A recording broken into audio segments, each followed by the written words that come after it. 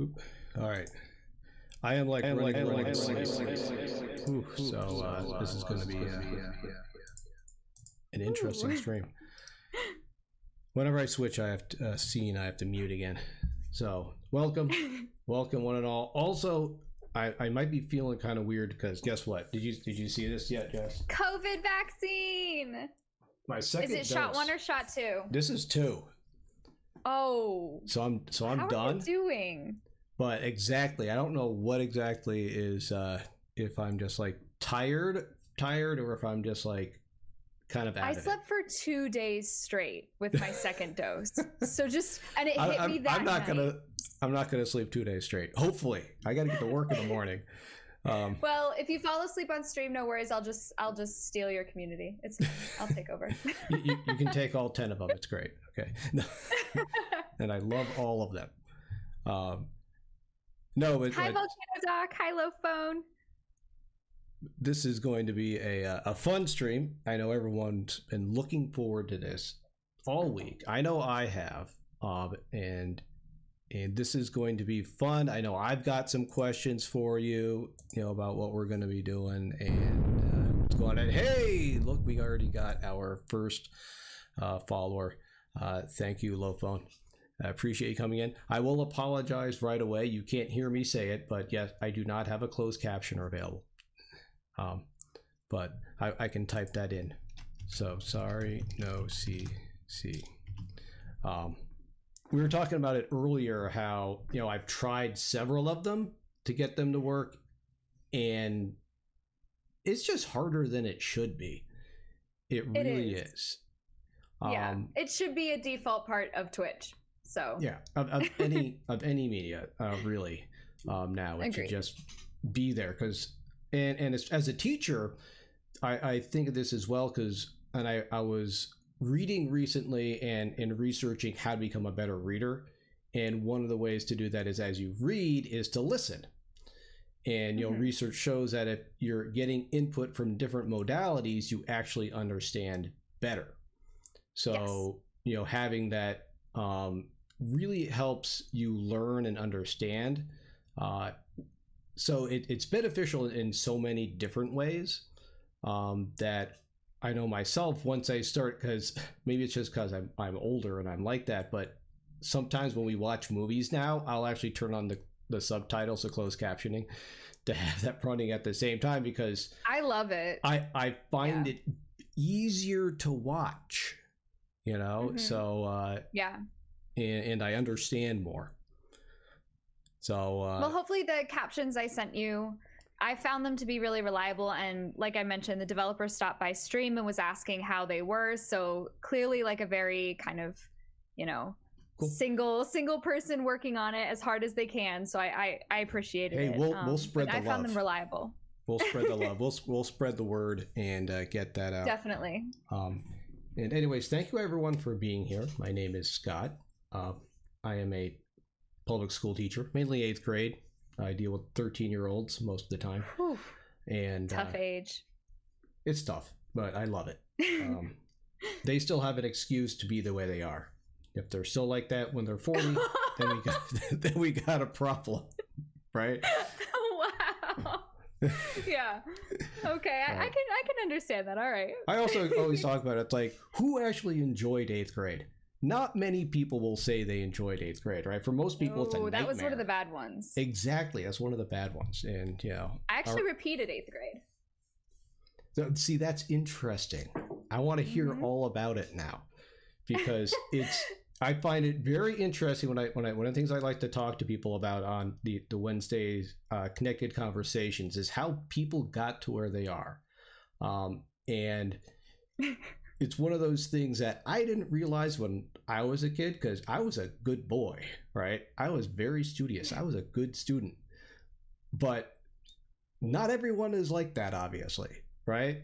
And yeah, I like to hear other people's scores, because becoming a teacher, I realized school is just a really not a good place for a lot of people for a lot of different reasons. Yeah.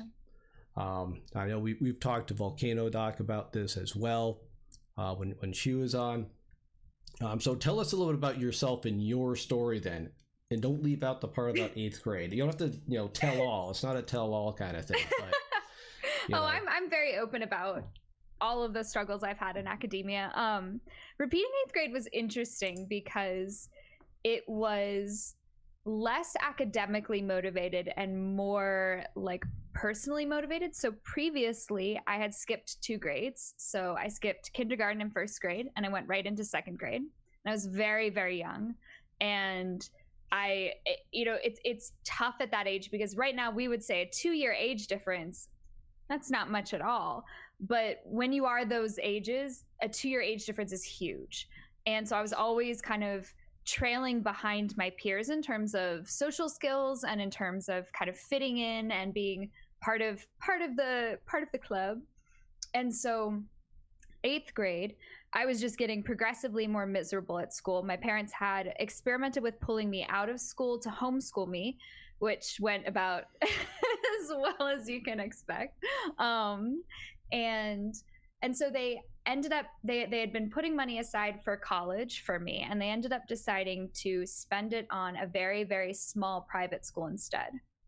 And the goal was hopefully that with much, much smaller classes, I would feel like I would be able to bond with people. Spoiler alert, didn't really happen, but the academics were incredibly hard.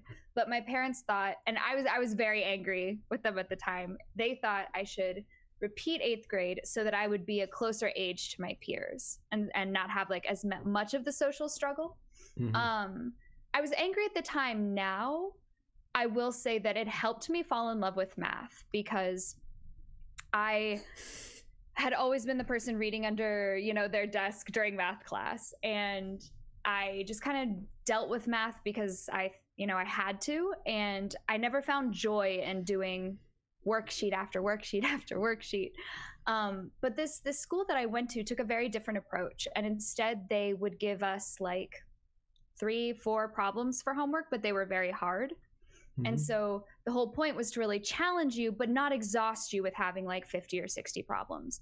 So it was nice to kind of adapt to this brand new environment with material that I already knew. So in that sense, as an adult, I'm grateful for the repeat.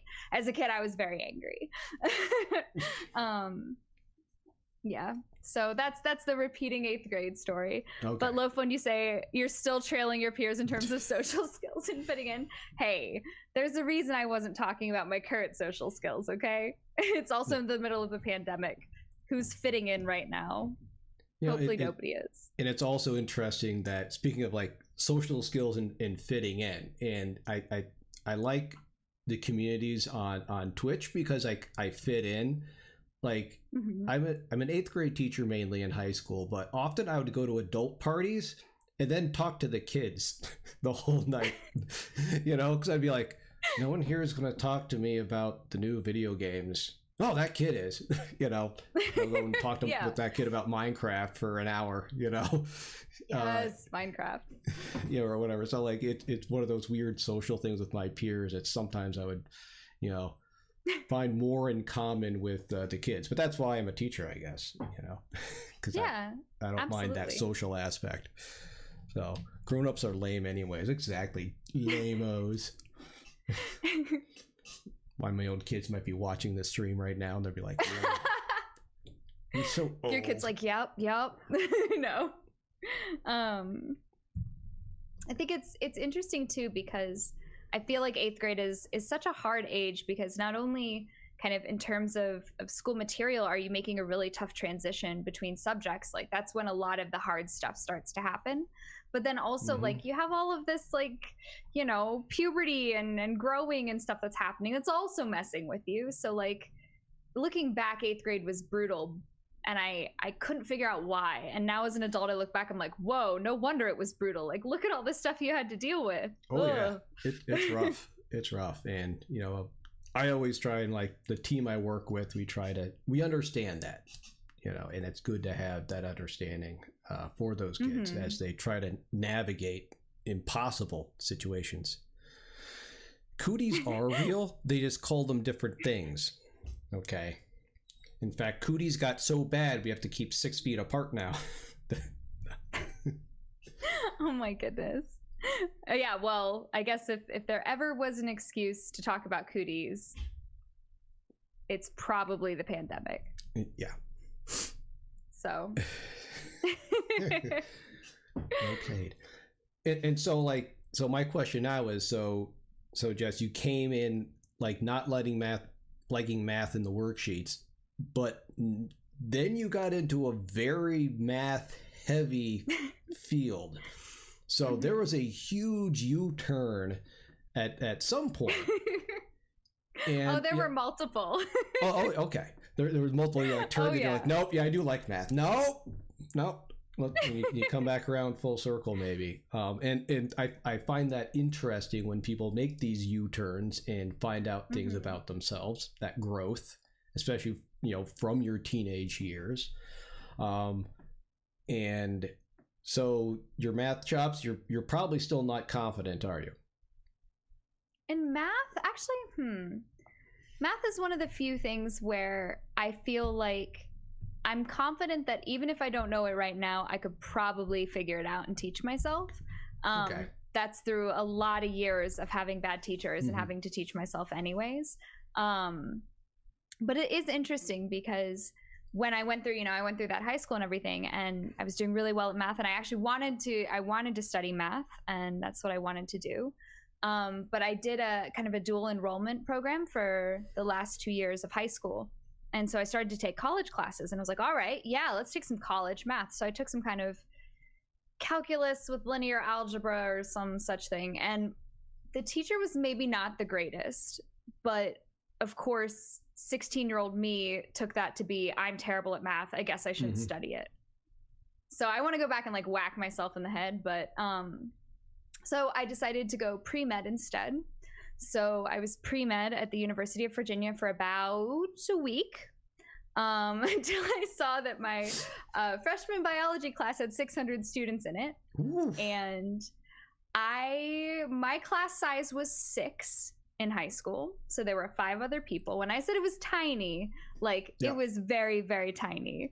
And I panicked a little bit because I just like, the way that my school did teaching was more of the flipped style or flipped classroom, where you kind of like, you do a lot of the prep work, and then really class is all discussion based or collaborative work, and everybody, like, the expectation is that you show up prepared, you've done your best to read through things or attempt things and figure things out, and then you kind of come together and discuss it, and the teacher is more of a facilitator than a lecturer. But I really thrived on that that engagement with the teacher. And so when I saw 600 students, I went, there's like no way this teacher's even going to know my name, let alone kind of have that interaction. So then I went back to the drawing board for like the 3rd time, and I was like, all right, well, what else do I like? And I ended up finding one of the smallest departments at the University of Virginia, which was linguistics.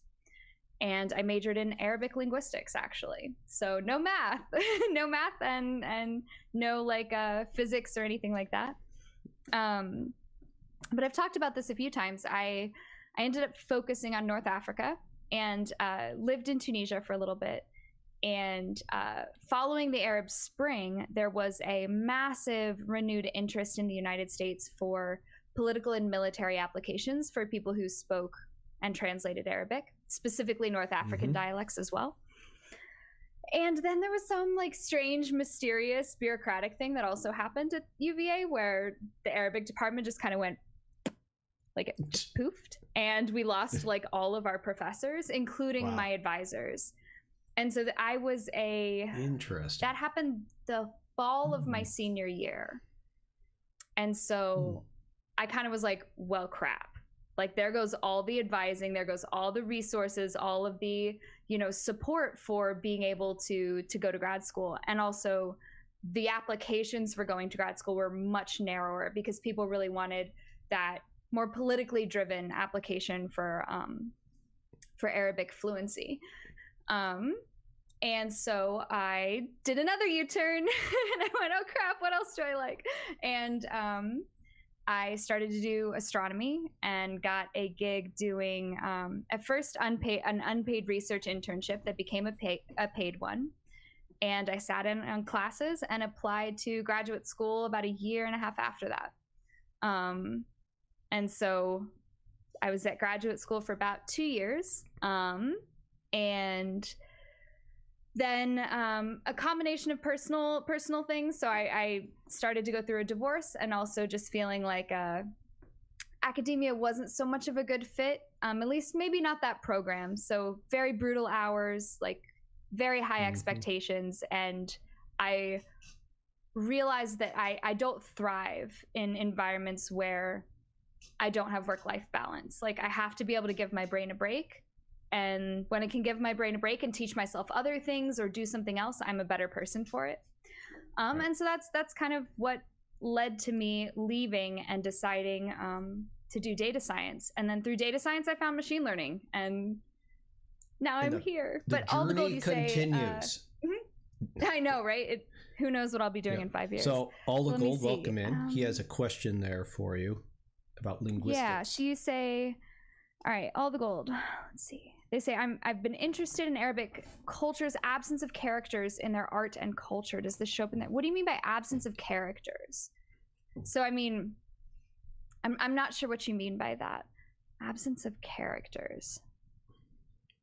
Yeah, can you explain a little bit more? Because I'm not sure if you mean a linguistic feature of some kind or if you're asking about like actual stories and things like that. Because there actually is, I mean, the Arabic corpus is very, very rich. Lots of music, plays, books, TV shows, movies, all kinds of things. But it's just, a lot of it doesn't make its way to the Western world. So,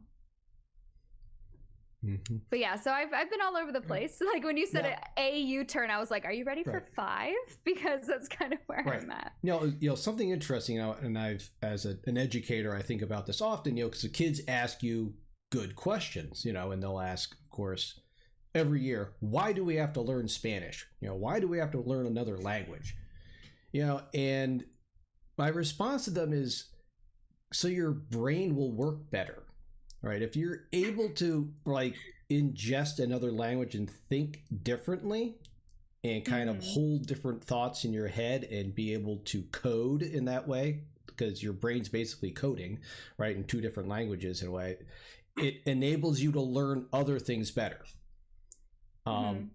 They don't understand that, of course. So, I try to explain it, but they're in 8th grade. They just care about their peers and eating and other things that will remain unmentioned. So they sounds kind of like adults, actually. Yeah. But so we kind of. So we kind of need to. I think have languages as early as possible. Like in my school, they don't start Spanish until 7th grade, and that's their only option, right? And that's common throughout, the education system in the country, unfortunately. Yeah. But it's kind of like music programs, which is also another way of thinking about, and using your mind, that we know that people that are musicians also do very well in all other fields, right? Because their brain is accustomed to thinking in a certain way. So actually what you're describing is a very prominent linguistic theory. So if I think what you're kind of talking about, that languages can have an effect on your cognition in some way, your cognitive processes. It's something called linguistic relativism. And it's actually what I wrote my senior thesis on in undergrad. So we were thinking about if you're interested in learning more about it, look up the Sapir-Whorf hypothesis. Now it's been, and this is the interesting thing, is that largely, at least at the point that I was writing my thesis, it had been kind of disproven. So lots, like batteries and batteries of scientific experiments trying to look at, does the language you speak influence your thought? And so unfortunately, and I know if you're, especially as an English speaker, if you're sitting there, Chinese has to seem so vastly different. And even when you're studying like, orthography or the grammar, it is quite different. However, from a brain perspective, it's not different enough to trigger measurable cognitive effects.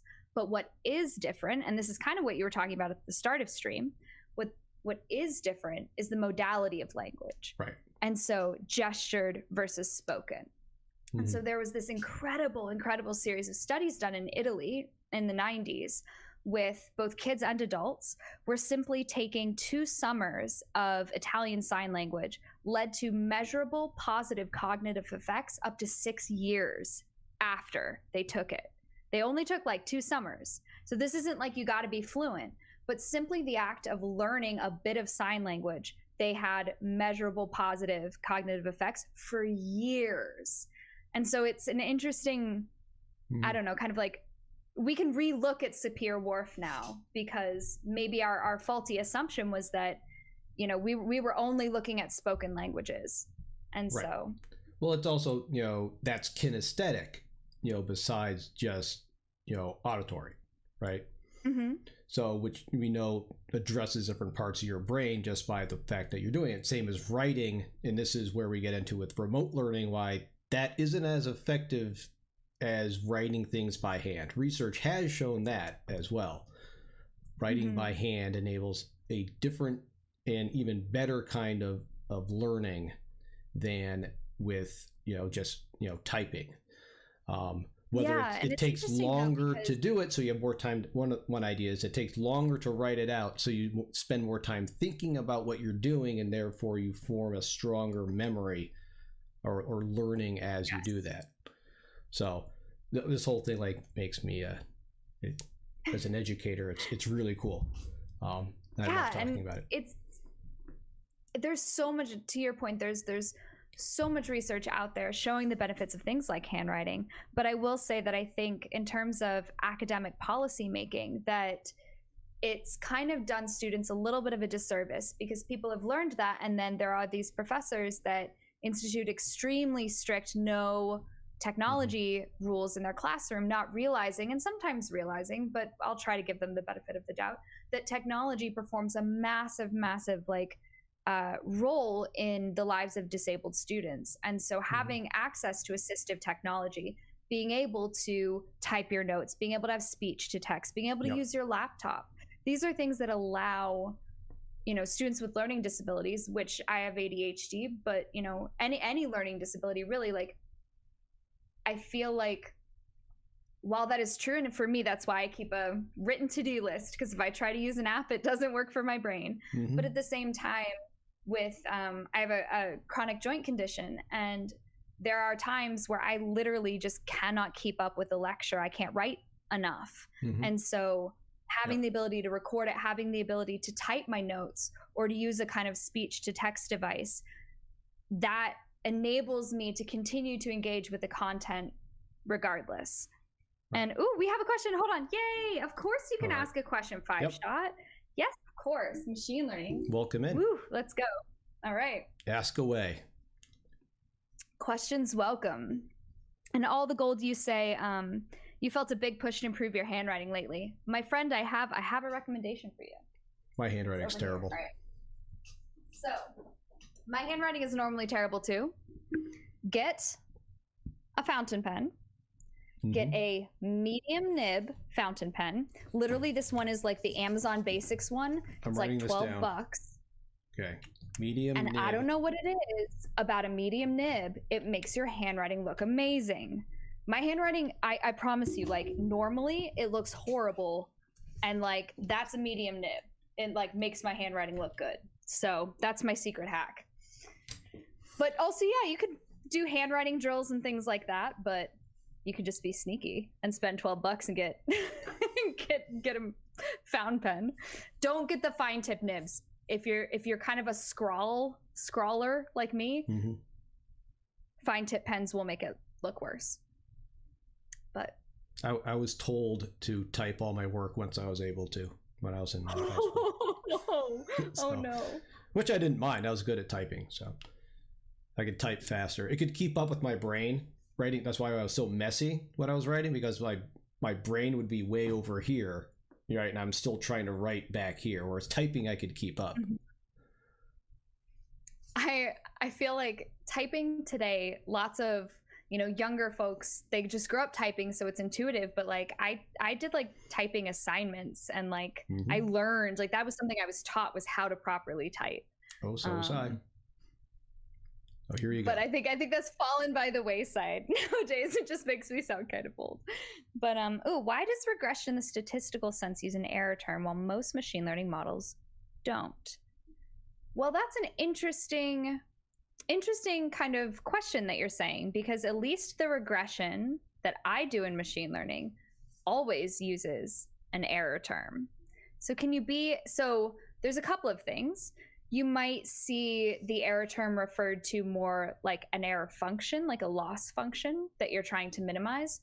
Also, when you do something called regularization, which is adding in kind of an extra error term to penalize certain aspects or certain errors more than other errors, or try to help account for different kinds of data, then that might be that's when I've also heard an error term, like that specific phrase used.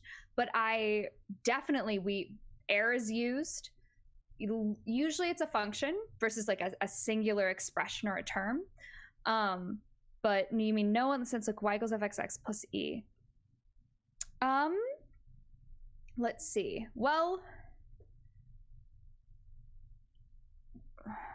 sounds like y equals. I'm trying to understand what you're saying. So if let's say in that example, f of x is your regression function, and that plus e is your error term, that you have literally just described how machine learning regression does work. So I'm not sure why the ones that you've seen, maybe they're under the hood. Like if you're doing these models in, say, Python, for example, and you're using scikit-learn's regression libraries, a lot of times this stuff happens under the hood, but that error term is definitely there.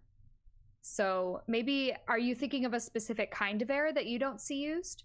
That might be a possibility, but there's definitely error terms in machine learning. Most of them. Volcano Doc. All models are wrong, but some are useful. Yep. It's true. Story of my life. That's what models are. I've been fighting with models all day, so reading that, I'm like, no, that's too close to reality. No. And there is a new emphasis in science teaching on using models and talking about models, and not just models like, oh, here's a heart, and here all the as far as like mathematics as modeling, and that's something that I think in science teaching we had gotten away from, and models were seen as just those physical objects modeling, whereas I think in physics and some higher level science it was more so, but now there's a re-emphasis on all types of models and modeling, and why it's useful and in fact essential in science to have these models. So most of the people I've spoken to in this chat in their research use models. It's just universal. It's just the way science is done now. I also think, at least in my experience teaching math, that sometimes it can get too abstract, and students can lose that thread of why it's valuable or why it matters or why it's interesting. And so grounding a lot of mathematics in more of the applied aspects, including modeling, at least in my experience, that's helped, because students can see, all right, like, this isn't just, I'm not just going to memorize y equals mx plus b. Like, we're actually going to learn how this is a great way to represent certain kinds of relationships. And then maybe if I give you all this data, you can tell me like what kind of relationship you think this data has. And look, we can figure out exactly what kind of relationship with math. So I think in that sense, like, I find that approach keeps students' interest, at least, and it helps to keep it kind of more grounded so they don't feel like they're just memorizing equations. Right. That's one of my favorite stories about when I taught physics for a few years.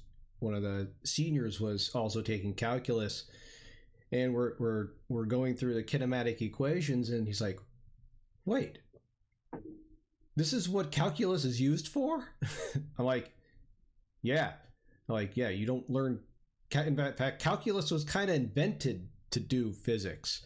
So, there's, that's the differences, I think, between math instruction and science instruction. And we can get into that a little bit more, where it's kind of interesting between math teachers and science teachers. But where that applied math is very important, and kids don't always make that relationship in high school. Sometimes it'll take going into college, to higher ed, to kind of finally realize that math isn't just another class you take or another subject you learn. It's useful besides just being enjoyable. And let's see. Yeah, so 5-shot. If you find me a link or something, I think that would be helpful. But if you're talking about something other than the loss, but is an error term added into your regression equation, you're talking about regularization. If you say E is my equation is supposed to represent the errors in the measurement of Y. So that, I think you have to be very specific about the terms you're using. So if you are talking about a physical process in the measurement of Y, what you're talking about is not error, you're talking about uncertainty in your measurement. And so that is one kind of thing. So if you're talking about, say, like, you are measuring the position of something with a sensor, there's going to be a certain amount of uncertainty in your measurement. Often in science classes, it can be referred to as the error, but once you move more into kind of the machine learning world and into kind of like software and things like that, that's more of an uncertainty than an error. Versus the function that is designed to evaluate the performance of your model and return some kind of, quantitative measurement of how crappy you're doing, which is your loss function. So if you're talking about uncertainty, the reason why you probably don't see that often is that a lot of tutorials and a lot of resources designed to teach you about machine learning use kind of very prescriptive data sets. So these are data sets where we just trust the values. They're data sets that don't have that uncertainty measurement included. And so if you're interested in learning more about uncertainty in machine learning, looking at applications for computer vision, specifically about geospatial data. So that's an area where there's a lot of complex uncertainty equations, and being able to adapt your machine learning model and include those uncertainties in your machine learning model. That might be more of what you're talking about. But you also have to think the uncertainty there is usually a function of the equipment or the process that you're using to gather the data. That's not something that necessarily is a model parameter. So it's not a tunable feature of your model. It's something that is the result of your equipment, your process, something like that. So hopefully that makes it a little clearer. But all the gold, you say calculus is the study of change. Yes. I can't wait till we get to calculus on Math Mondays, but we'll see. Cool. So I want to take it back a little bit, and we were talking machine learning up here. Let's go back down to here, and I'm going to try to guess based on what I've heard about in like news and whatever about machine learning, because I'm not an expert, obviously. That's you. So you feed a computer 1,000 pictures of a cat, and the computer learns kind of what a cat is based on those thousands of images. That's one form of machine learning, correct? Yes. Or you say, this round face with 2 pointy ears and whiskers and some fangs and a tail with this general shape is a cat. And then you say, and it says, oh, is this a cat? And you're like, no, that's not a cat. And then it gives you another image and you're like, is that a cat? No, that's not a cat. And so it learns that way as well. So both of these are forms of machine learning, right?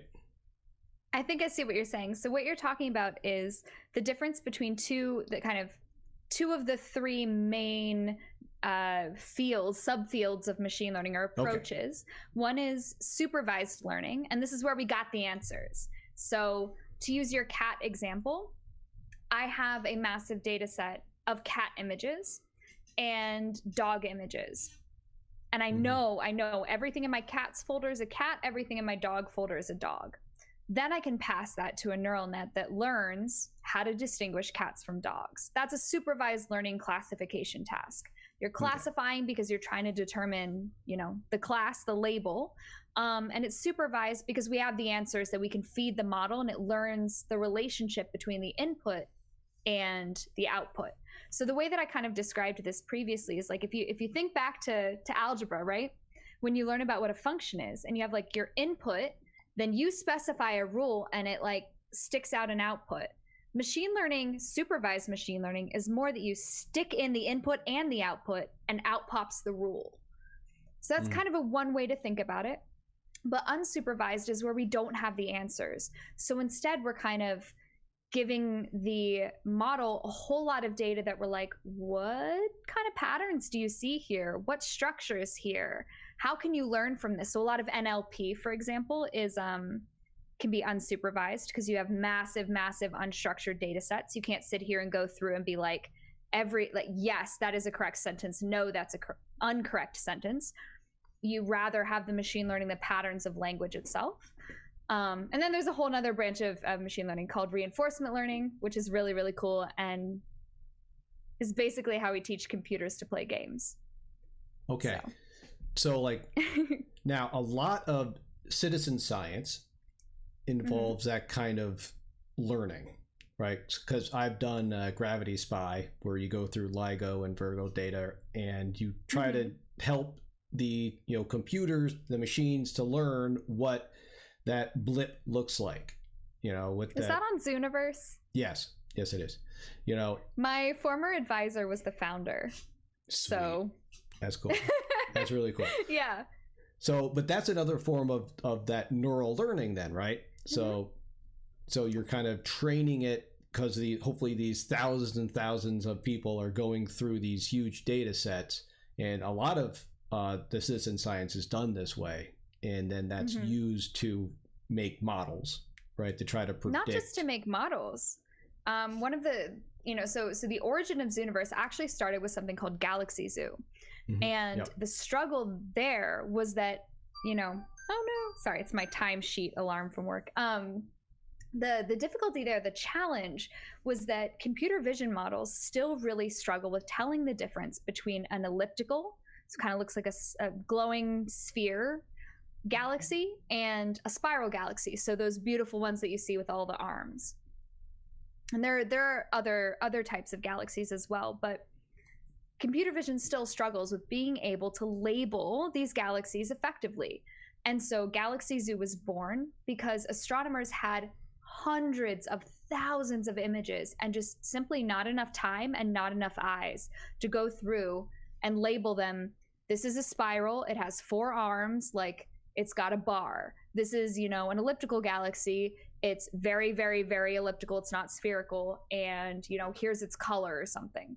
And so it was actually not even thinking of machine learning, but it was designed so that we could give astronomers massive data sets of all of the features and characteristics of these galaxies. So you could do population analysis and comparisons between different kinds of galaxies.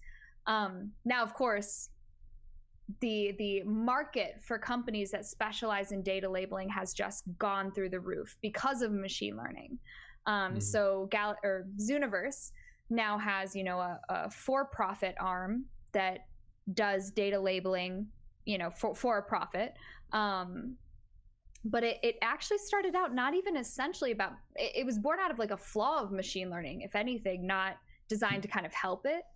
But now the beauty is that we're getting all of these labels and we can use them to create bigger and better models. So I know Love Bones Zooniverse. I love Zooniverse. I've done a couple of projects I've participated in. They're some of them I just go in this to do it a little bit just to kind of see what it's like, and it's always fun.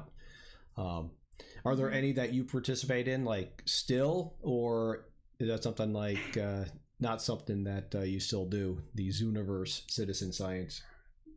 So I'm kind of not like a moderator, but I have a certain tag in the forums because I'm at least a former astrophysicist, so I can come in and kind of answer questions and things like that.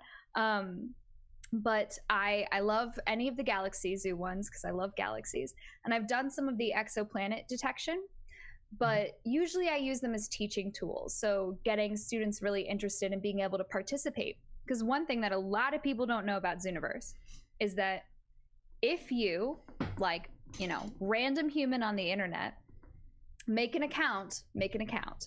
Just do that. It's free, but it means that if something happens, like if some kind of scientific discovery arises from your classifications, you will be cited. And one perfect example of this is a horrible word that I'm going to screw up because I don't really say it out loud, but Hanny's Vorwerp, which is, there was a Danish, I think, school teacher, and she just was doing Galaxy Zoo in her spare time for fun and found this new kind of object. And essentially what it is it's light echoes from a quasar. So this very, very, very energetic object spewing out radiation that actually reflects kind of off of surrounding structures.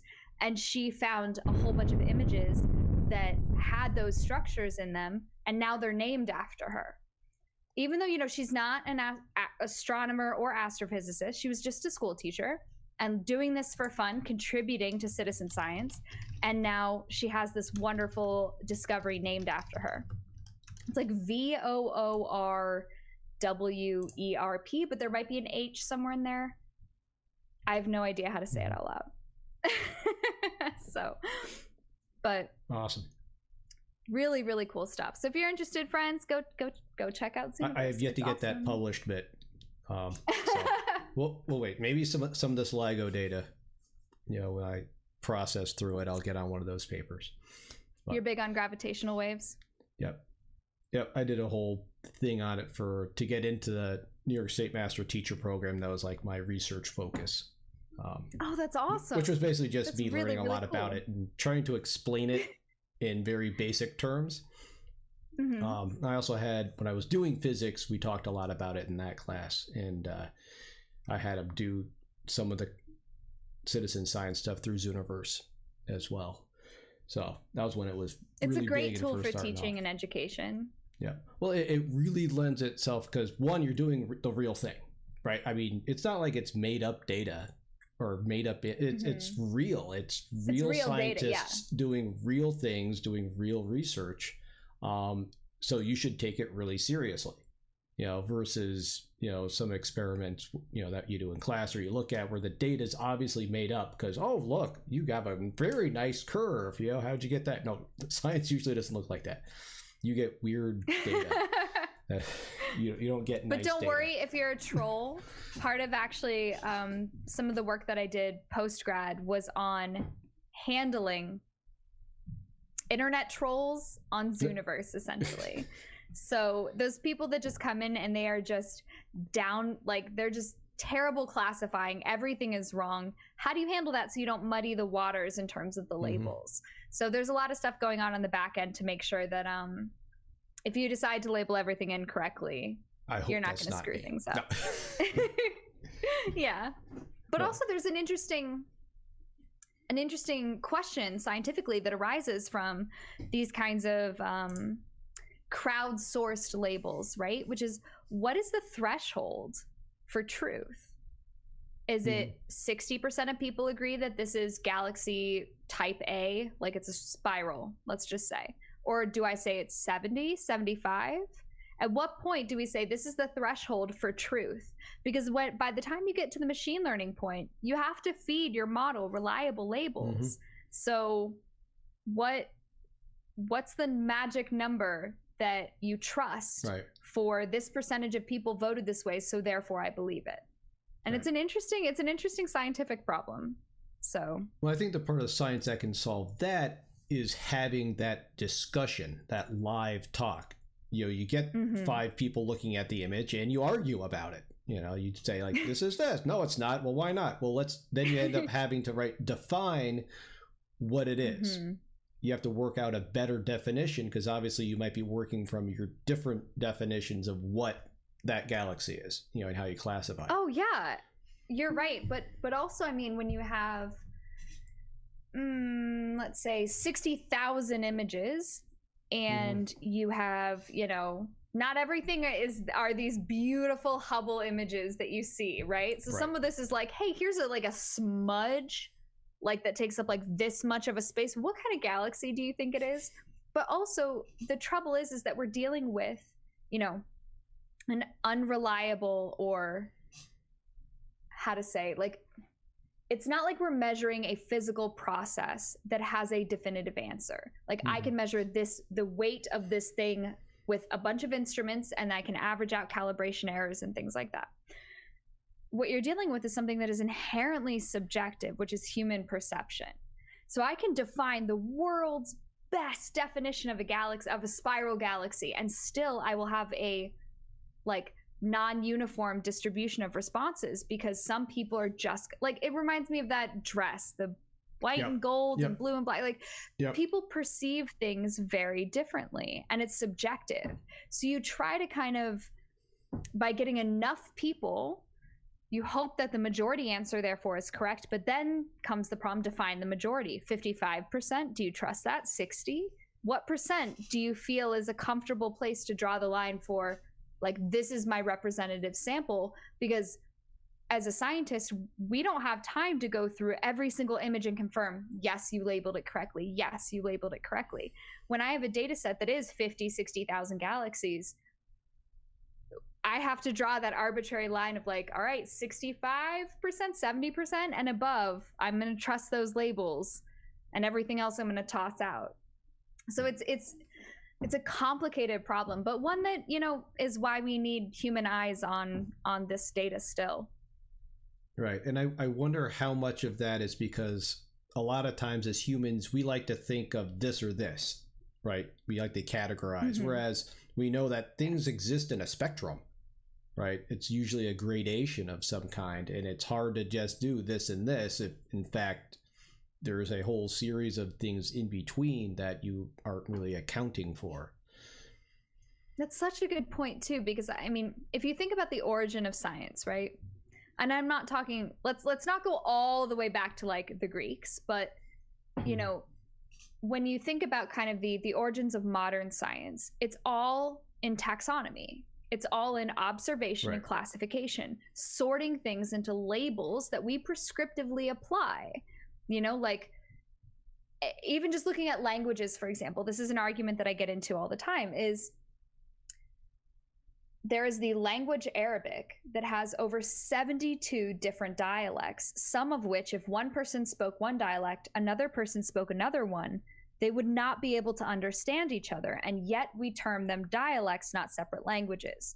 You can think about similar, you know, delineations of like species and things like that. But we as human beings, and I find a little bit of comfort in this as a very A-type person, that this maybe just is baked into our species. We want to impose a structure on the chaos.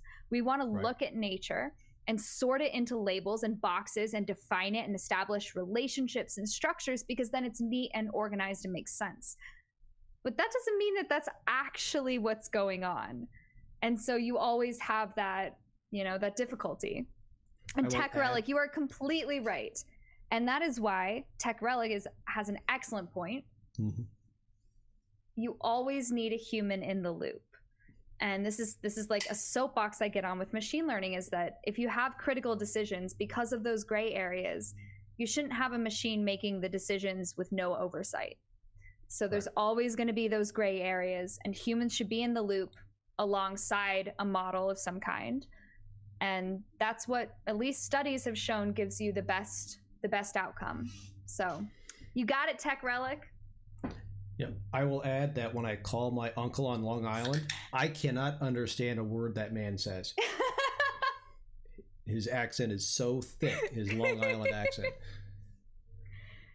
There was actually, so I took a history of English class in college, and the professor had a bit of a power move at the start where he's like, you all thought this was going to be an easy A, and we're sitting there like, yeah, we did. You know, come on, English, right?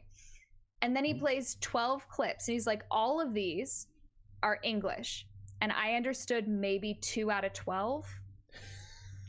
And it's like, you know, deep Appalachian, like, you know, Glasgow, like all of these different extreme accents of English. And then he's like, now that you realize this is actually going to be challenging, let's, you know, sit down and talk. But all the gold, you say, I wonder where both machines and humans think about a problem the wrong way. Well, I think the danger there is that humans are the ones designing the machines. So if humans are conceptualizing a problem in the wrong way, we can actually bake that bias into the architecture of the machine. And so it's not so much that the machines are wrong over here and the humans are wrong over here. It's that the humans made the machines. So if we're wrong, we can unintentionally kind of pass that error along to the things that we create. Until machines make themselves. Oh, goodness, Lantern Noir. That does sound like some Minority Report stuff, which is a movie I need to watch again. Yep. Or you could read the book. Right. Or what? So, read the book. Oh, wait, it's based... Okay, ignorancy moment, hold on. It's based on a book? On an Asimov book. I'm sorry! Oh, really? Okay. Yep. I'm sure if Uncle Bill is in this stream, he's probably read all of Asimov, I believe. So... I will look into that, because one of my goals for 2021 is to read a lot more. And so I think I finished the 8th book this year last night, 2 nights ago. So I'm definitely up for people adding good things to read to my list. I finished reading Ready Player 2. Okay. So I finished reading that one, and I'm starting the Lord of the Rings trilogy, which I've never read. I read The Hobbit in like 8th grade. It's so good. No, it's good. It's worth it. But I've never read it, so I'm finally diving into that. I got it out of the library on my Kindle. So there's a reason. I mean, like, don't get me wrong. Everyone's got flaws in this, that, and the other, but it is a masterpiece. It really is. Yep. See, now we have Uncle and Bill. Lantern Noir, you say, I, Robot. I'll have. Yep. So I wonder if that's kind of like I Am Legend, where you watch the movie and you think you understand what the story is about, and then you go and you read the short story it's based on, and suddenly you realize that the movie might have been vaguely inspired by the short story, but they're very different. Right. So very cool. All right, so I have, before we finish up our stream, a little game we're gonna play. All right. Oh, okay. 3 questions. Now, you go by the name Enceladosaurus, right? So, or Jess. You can just call me Jess, right? But your stream name. And so I went and, you know, we now know. Well, I know now that the actual, you know, giant, who is the spawn of Uranus and Gaia, is buried under the island of Sicily, and that's why we have Mount Etna. Okay. I figured I'm going to ask you some questions about Sicily, since oh Lord, okay. Since your namesake is buried under it. If you get 2 out of the 3 right, we'll get a gifted sub out. And so I'll try, chat. I promise I'll try really hard. And so we'll see what you know about Sicily. So you maybe you're a secret Sicilian, and I didn't know that, and you'll get all of these questions right. So no pressure here. Just relax. All right. All right. Good. You ready? All right. All right. I'm good. So Which of these is a typical Sicilian breakfast? Is it A, a glass of wine with toasted bread covered in traditional tangerine marmalade? Is it B, hard toast with olive oil and salted cod? This is termed bacala alla siciliana. Or is it C, brioche con gelato, which is basically an ice cream sandwich? I mean, because of the name, I'm going to guess B. It was actually C. Oh, man, okay. They actually, for breakfast, they have this like bread and they put gelato in it, and it's breakfast. Ooh. It reminds me, so Tunisia is very, very close to Sicily. Mm-hmm. And a Tunisian breakfast that is very, very popular is literally bread and Nutella. And when I was there, I was just like, oh, this is so much sweet just in the morning. So I wonder if it's...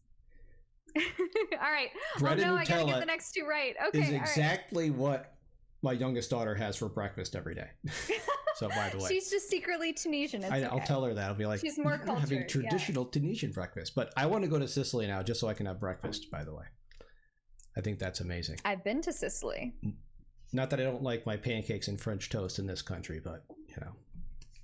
All right, question 2. Yes. The symbol of Sicily is called the triskel, and it comprises a face with 3 legs. Who does the face represent? Is it A, Medusa, one of the Gorgon sisters of Greek myth?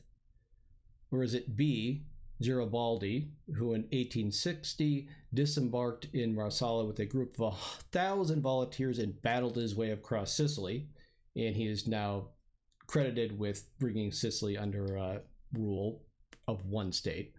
Or is it C, it comes from the person who invented the sonnet, Giacomo da Lentini, in the 13th century? Well, you know, I've been playing a lot of Hades, so I'm gonna go with Medusa. It is. It's Medusa. It's one of the Gorgon sisters. Yes! It's A. Good job. Thank you. All right, 1 and 1.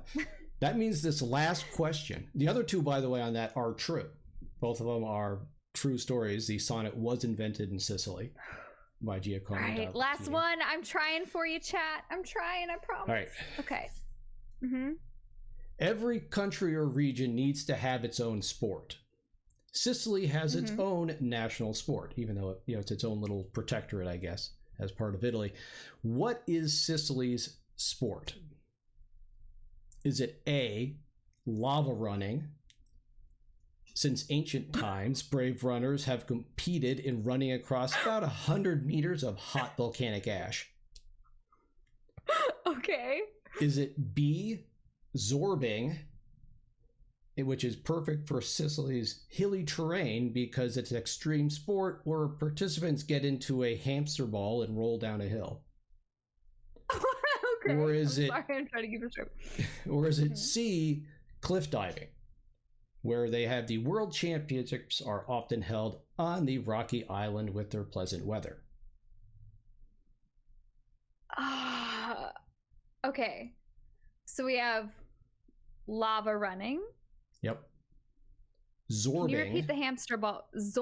Okay, what's that one again? Zorbing. Zorbing? It's they get into a large hamster ball and then they have to get down the hill, and of course whoever gets down the hill first in this large hamster ball wins.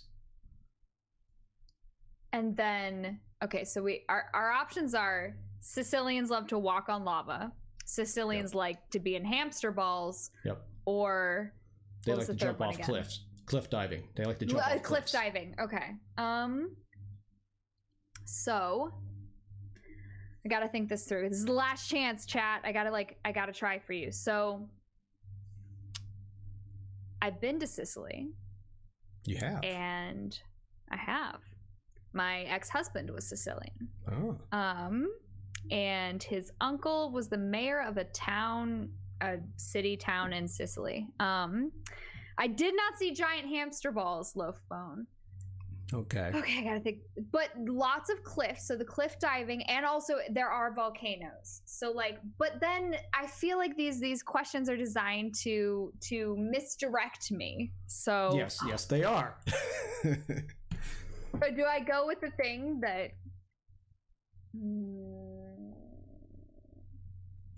So lava running, cliff diving, or hamster balls? Chat, I will try so hard, I promise. Okay. Shoot. I'm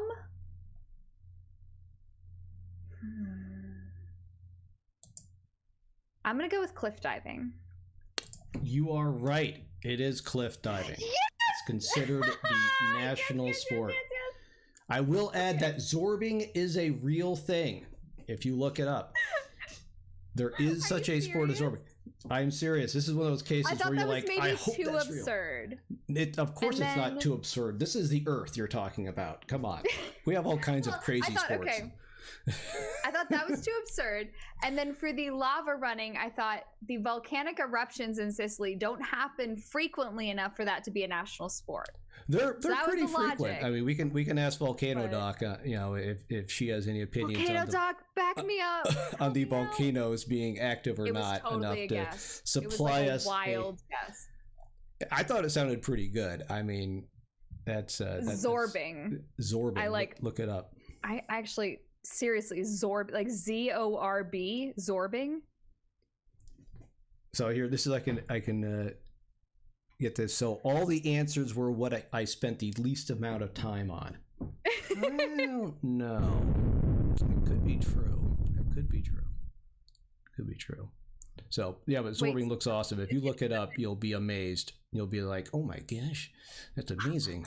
Zorbing is a real thing. I can't believe it. Is zorbing the national hobby or sport for any country? Now there's an interesting question. That is a good question. Ooh, I have a question for you.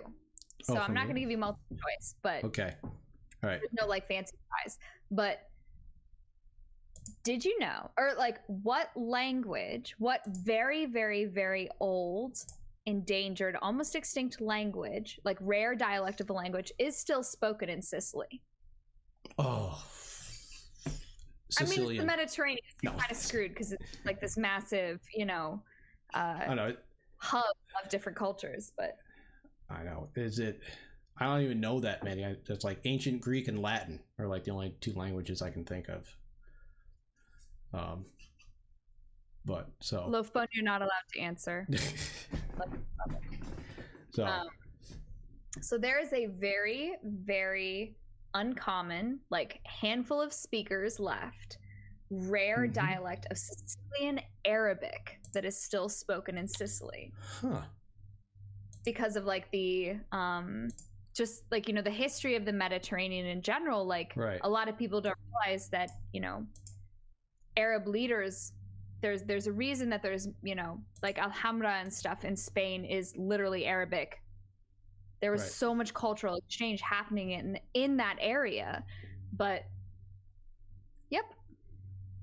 I did not get to like hunt down and listen to somebody speaking Sicilian Arabic while I was there, unfortunately.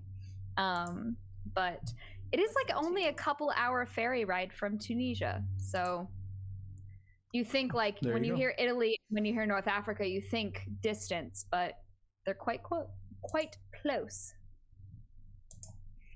All right. Well, stream. I know I had to get now, some trivia. You're a linguist too, and we're talking about Lord of the Rings. How much Elvish do you know?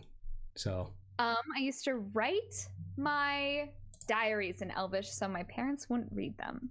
Oh. So there you go. Conlang is really, really cool to me, and there's a modern conlinguist called David Peterson. So he did Dothraki for the Game of Thrones show. He did the Grounder language for the 100, and he's done the Belter language for the Expanse. So really cool. Like he actually puts so much thought behind the structures and the grammars of the language he creates. It's really cool. That is really cool. Yes, Jay Shady, I'm getting that same Twitch message. I don't know what's going on. I'm sorry. But look, Uncle Bill Druin, you have a gift sub. There you go. Huh. Use it with pride. That was my random gift sub to some crazy person. And third tier has redeemed Hydrate. So cheers, third tier. I hope you had a good evening. Yep. Of course I have Lantern Noir. You know what? I not only have watched enough of that show to understand Grounded without subtitles, I've read David Peterson's blogs writing about how he came up with the grammar and extra language that didn't make it into the show because I'm a super dweeb. So there you go. It's a cool language. So cool. Yay! There you go, Uncle Bill Druin. Put that in there. Get those subs. All right. But yeah, I mean, so chat, I think that's cool. Well, how long do these streams go for? I don't want to. It goes until I pass out. No. No, but okay. So also, you got to be straight with chat. Like, you've gotten your second dose. Exhausted. But I do want to give people a chance to have questions about machine learning or astronomy. That now's your last chance before. Okay, last call for questions. Last call for before questions. our esteemed host falls asleep. Yep. But seriously, consider. Thanks for the follow. By the way, because I'll consider it. But what will those children do without me? Did you get the Pfizer one or Moderna? Pfizer. Okay. All right. So I'm not sure of the side effect differences. I got Moderna, but it was someone I know, they were out for 4 days. It's right. Take at least those of you in chat who get the vaccine, take the day after for the second dose off. Plan it, but you need sleep and warm blankets and rest. I have my off day tomorrow. Working. Yeah, tomorrow's my off day. We're on block, so I only have 2 classes technically to teach, so it's not too bad. So I just have to get. Are you virtual or are you in person? We are hybrid, so I have to go into the school, and then if kids show up, they can sprinkle themselves amongst the desks, and then otherwise they're all online. So okay. I had a lot of kids today. Today's my big day. I have a class with 12 kids in it in real life, which is strange. Yeah. With another 12 online, so. And Professor Saucecat, you ask me if I'm sure that what I spoke of is a dialect of Arabic, not the Maltese language. I am sure.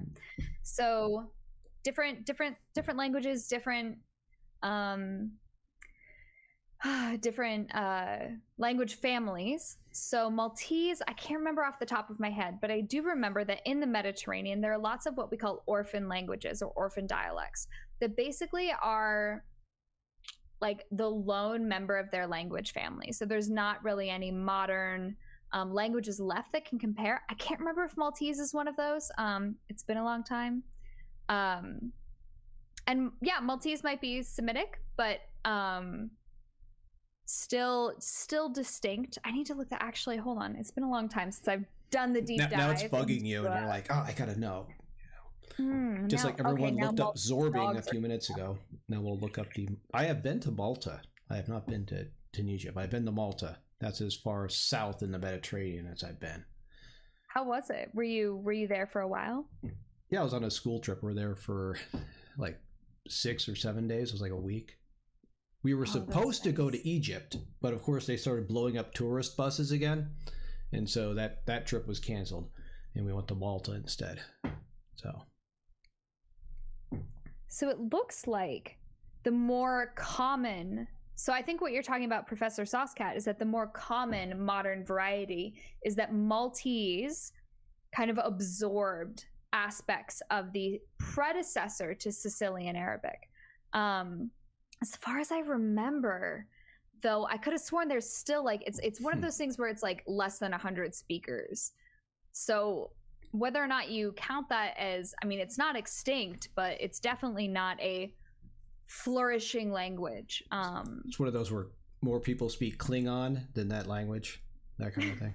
Yeah, but there's this really cool project that Google's doing, and I'm not usually one to go the let's boost the FANG company route, but has had this endangered language project for a while where you can submit clips, writings, audio, all kinds of things of endangered languages, and you can see them on a map.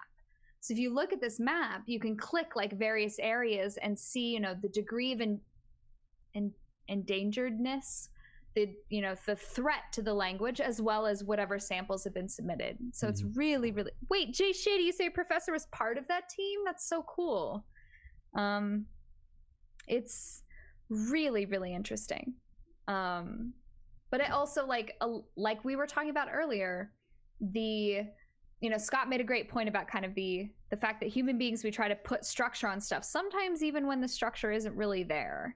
So I find languages are a little bit like that, and the distinction between a fully fledged language and a dialect is often more political than it is scientific, unfortunately. So you're in his NLP class, Jay Shady.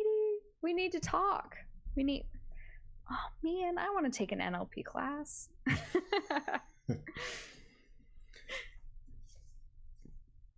Too bad, Oh no, are you still going to go back to school at some point? Is that a thing, or are you kind of done? I want to get my doctorate at some point. I do. Okay. But I'm just not willing. Damned. Sorry, what'd you say? Academia be damned. Yeah, right.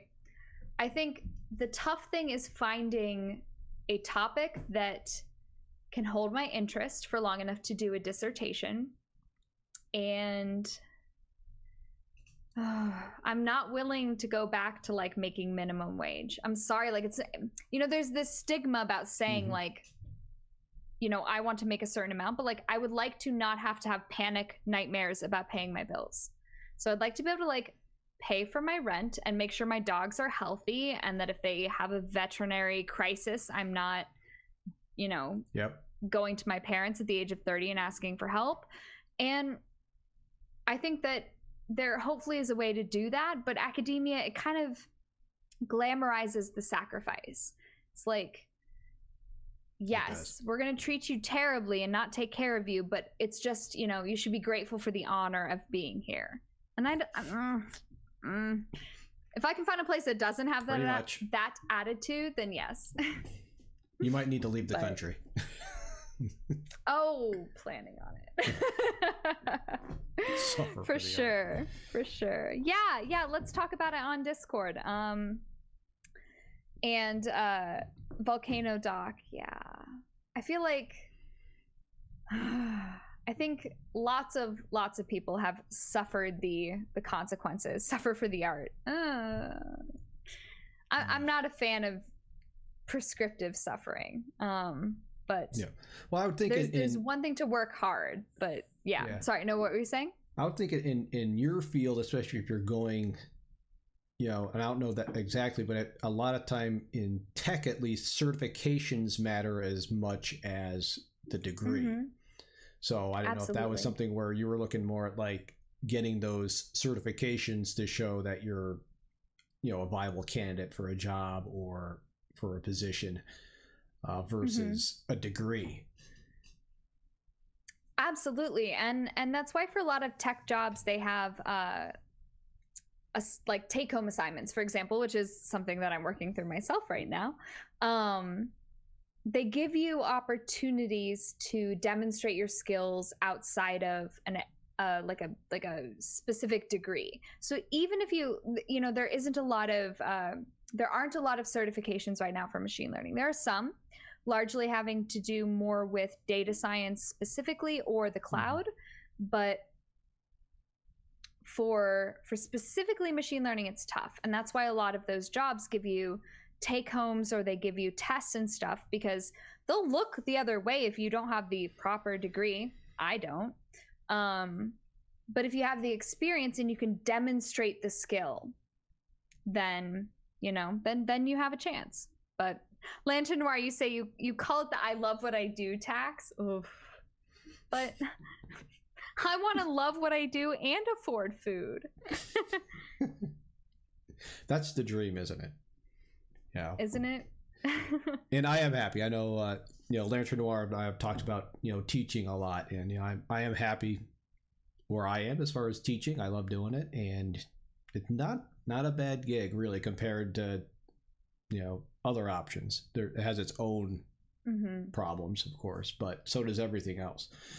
You know, I know for my mom, she was an elementary school math teacher, but I feel like for her, she was brilliant. Like she's wonderful. She taught her students to love math. She loved math. But then she had a stroke, and I think it's largely due to the stress, and also that teachers nowadays are expected not only to handle larger and larger classrooms, but like you have to fill so many different roles. First, she'd come home and she wouldn't sleep because she was worried about a student that was homeless or that came to her because they were being abused. And so you have to fill not just the role of like educator, but also of therapist, of confidant, of all kinds of different things. You're made aware of, I would say, more like emotionally charged information than just let me prepare a lecture and teach you something. Yep. And I know, at least for her, that attachment and that stress of just all of the pressure she was under, like it you know, it clearly affected her health. But it's, yes, Jay Shady. Yep. Hey, teachers. Well, and thank you for the raid, Katya Zeros. Welcome in, raiders, all three of you. We are finishing up here, but you do have your chance to ask your questions. We're doing the last round of questions for Jess. So if you have any, please shout them out as we just talk about, you know, jobs and teaching right now. That's kind of what we fall into. All kinds of questions are fine. But ask about astrophysics, AI, machine learning, or just whatever, like. Or life, yeah. Or life. Life's hard right now, so I feel like a lot of Jay Shade. How many wigs do I have? I have two. I have a green one and a blue one. So fire department won't let me dye my hair, so I gotta express my personality somehow. Love photo. Scott, how many wigs do you have? I have two as well. Oh, see? The wig club. So all right. I have. What kind of wigs do you have? I have a wig that's just long, like black brown hair that I wear when I go into school as Dr. Rotz Trevecci, which is my fictional former roommate from college. And I couldn't do it this year, but usually he'll come in, like I'll leave and he'll come in, and then he'll disparage me and say how stupid I am, and then he'll do some unsafe things with lab materials that the kids have to then tell me about so they can learn lab safety. So that's the one wig. That's why I have that one. I also have a Senku, you know, Dr. Stone wig that I got this past year for cosplay. So yes, cosplayers. I have extreme respect for cosplayers, because that is massive amounts of many different talents that when I see somebody who's doing an incredible cosplay, I'm just in awe of the skill that takes. The wig this year, I had I wanted to do it because Dr. Stone is still really big, you know, the anime. So, and I was like, all right, that's really cool. But I needed something because I'm on camera mainly, and they're not going to see the rest of it. So I'm like, all right, so I'll make sure I have the wig, because that's going to be the main point, right? The kids will get it, you know. So you have to post a picture somewhere so I can also show my brother. He's a big anime nerd, and I think he would appreciate it. But third tier asks, why do we not see very many intermediate-sized black holes? So what an amazing question.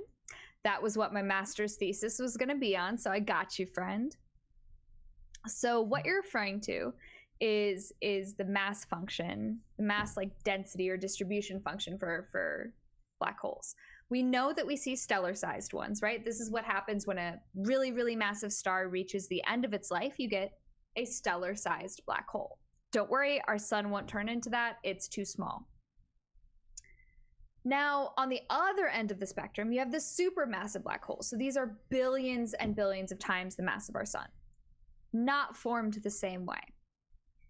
But part of understanding how black holes evolve, how we get the supermassive ones, how they came to be, and how they grow and change over time, part of understanding that is understanding the distribution of masses of black holes in our universe.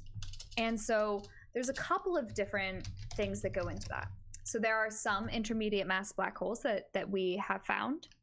But intermediate mass black holes, you know, there is a relationship between the mass of the black hole, assuming it's active, and the radiation that it puts out. So the really, really big ones are going to be easier to find because they're basically brighter. You can think about it like that, like brighter, easier to spot.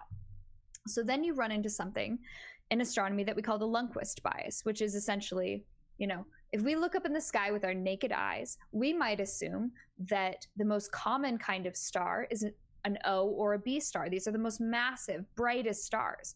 But actually, the most common kind of star is an M star, very, very small and dim. It's an observation bias because we look up and we see the bright things. We assume that they are the most common. So one of the challenges with intermediate mass black holes is how do we find them? They need to be active. So it's not, you know, we can't detect them directly. They have to be having matter falling on them and emitting that radiation. But then they are smaller. So they won't have as drastic of effects on their local environment. So they're going to be a lot harder to detect. So do we not see them because they don't exist, or do we not see them because they're harder to find? It's a very, very interesting question. And Loaf, when I said M is in a mom, M star. Sorry, I'm a little stuffy, but oh, good luck with your date, Katya. No budget, no restrictions for talent. What cosplay would you do? I'm still thinking. Phantom Assassin from Dota. I want armor. I want to have like really cool armor. Yeah, I was thinking the same thing. Armor would be nice of some kind. I'm trying to think of which armor. I could just go as the entire Macross 1 from Robotech. That'd be just make it extremely huge. The biggest cosplay you could think of. Do Fifth Element. That'd be cool. Oh, but like I want like, yeah, like I want something that would be, when I think about cosplays, I'm too intimidated to do. It's usually armor. Things that are very structured and like, yeah. Yep. And you always see that like, person. Or like a spacesuit. So like Samus kind of thing, of like a robot spacesuit kind of thing. That would also be very intimidating. Yep. And let's see, something similar to the Chandrasekhar limit for stars. So the Chandrasekhar limit is more about the limit at like a limit for collapse. So more of a ratio between like mass and radius. Or like the limit at which like something becomes unstable essentially. So at least for black holes, it's that so on the one end, we know you got a big star, right? Eventually becomes unstable, it collapses into a black hole. Yeah, okay, that makes sense, right? On the other end, we have supermassive black holes that are billions of these stars, and we're like, there hasn't literally been enough time for these things to form from a bunch of stars coming together and merging. So how do we go from 1 to a billion? Are they different? They're different objects, even though they result in similar physics. So then you have this intermediate mass that's in the middle. Well, which one is it more like? Is this a bunch of high mass stars that collapsed and kind of smushed together? Is this, a failed supermassive black hole, or is this something that just had less dark matter in the early universe? Like, it's a very interesting question, I think, that we're still looking at today. It's an active area of research. So much more to learn about that. Yeah. There's so much good research. For sure. And I could talk about black holes all night long, so don't let me ramble on. And there's a lot of different parts of it as well, the black holes, ways you could go talking about it. And the cool thing about black holes is, like, kids love black holes. Everyone loves black holes because they're so mysterious. Who does, right? Just the name itself, you know. It's awesome. It's kind of like volcanoes. Who doesn't like learning about volcanoes? Volcanoes are just, you know, they're mysterious, you know, in many ways. So hopefully Volcano Doc is still here, because yes. And I mean, when you see them and I find that space has this allure that the deep sea or the deep earth has as well. Areas that we have yet to explore and have what appear to us to be extreme events. So space being, you know, largely inaccessible, deep sea as well, and also deep in the crust and mantle of the earth.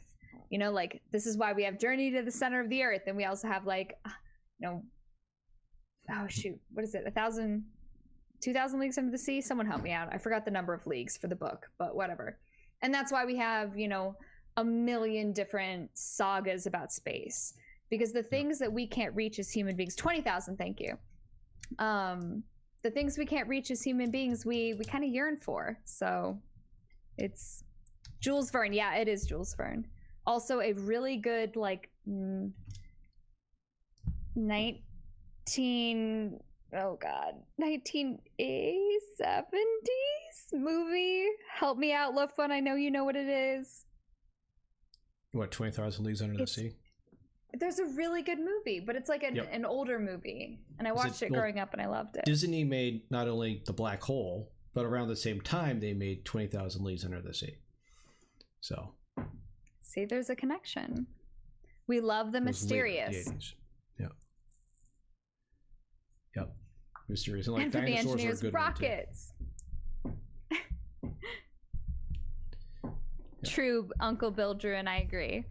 And third tier, you mentioned the black hole image from the Event Horizon Telescope. Absolutely. So literally, oh shoot, where is it? I got something for you. Hang on.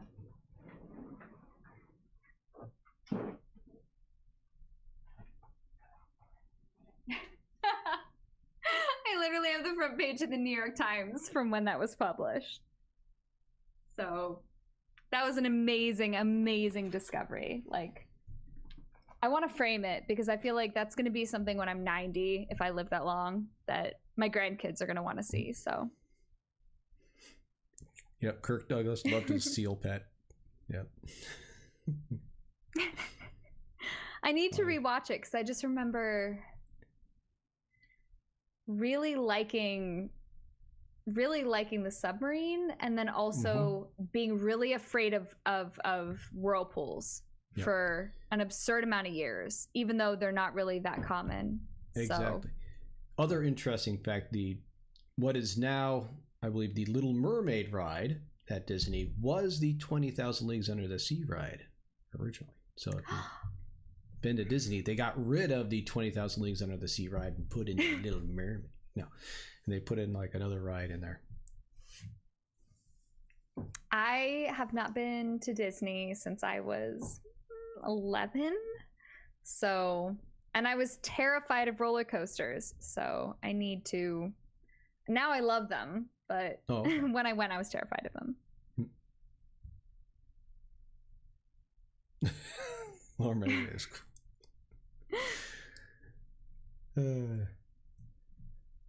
funny. All right, everybody. Unless there's any other questions, I do need to get my sleep. To make sure I wake up in the morning. Please take care of yourself. Seriously, it's a doozy of a vaccine. So I'm surprised you're sitting upright. Honestly, I got my vaccine at 8 a.m. and by probably about 7 p.m. I was out. And I woke up to try to eat some food, use the bathroom, and then I woke up like 2 days later. So please rest. Rest if your body tells you to rest. And I mean, it's a good sign. It means it's working, but it hits you hard. Yep. And yeah, third tier, hit me up on Discord. We'll talk about it. I remember Mr. Toad's Wild Ride. I loved that ride. That was fun. I have no idea what that is. Mr. Toad's Wild Ride. Yeah.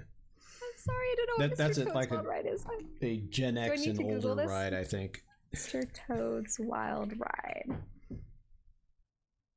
Oh, Disneyland. I've never been to. Yeah. Okay, so. At Disney. Well. So let's see. I will go and see if there's anyone I want to raid here. Yeah, raid someone. Let's see. I think Rocket Sage is still streaming. I don't know how much longer she's going to stream, but she is on. Let's see. Talking about geology as usual. She's great. I love her streams. So, if you want your eardrums to get ruptured, it's a good one. Yep. So we'll hop over there really quick. That sounds good. Yes, spread the love. Yeah, she's wonderful.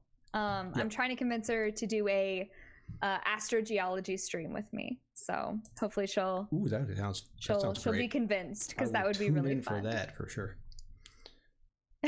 Space rocks. Okay. Well, thank you, everybody, for being so awesome and being here and hanging out, asking some good questions, and it has been fantastic. And let's see, next week. Ooh. Okay. Who do you have on next week? I have on. Well, I got a couple new people coming in, so I've been like quickly trying to. If you know anybody else you want me to contact, let me know. I've contacted who you had on stream, Alice. She'll be coming in. Oh, she's great. Yeah, I contacted her. She'll be coming in hopefully sometime later in March. So she'll be here at some point to talk about mantis shrimp. I'll show my mantis kung fu, and she'll talk about mantis shrimp. It'll be a great. She's amazing. It'll be a great combination of the two. I can't wait till she defends, and I can just kind of like constantly nag at her and call her Dr. Alice. But soon. Yep. I have. Let me find his webpage really quick. Lorenzo Washington. He is a PhD student at Berkeley. And he's going to come in and talk about plants and mutualism and plants working together. So I'll put his little... he has a bio somewhere. Let me find it. Yeah, if you my friend Tyler is really wonderful, and his specialty is computer vision. So cool. If you find that your community is interested in learning more about machine learning, specifically computer vision, I can pass his details along to you. Right, those of you who were here for machine learning he was my guest the last day. Right, so. Here is Lorenzo's plants. Yes, I want to be here for the plants one too. Here's his LinkedIn, so you can visit his LinkedIn if you want. Ooh, now it's gonna come up that I'm LinkedIn stalking him. Right, I can put a different link if you want. I stalk everyone. Fine. I don't even understand what LinkedIn is yet.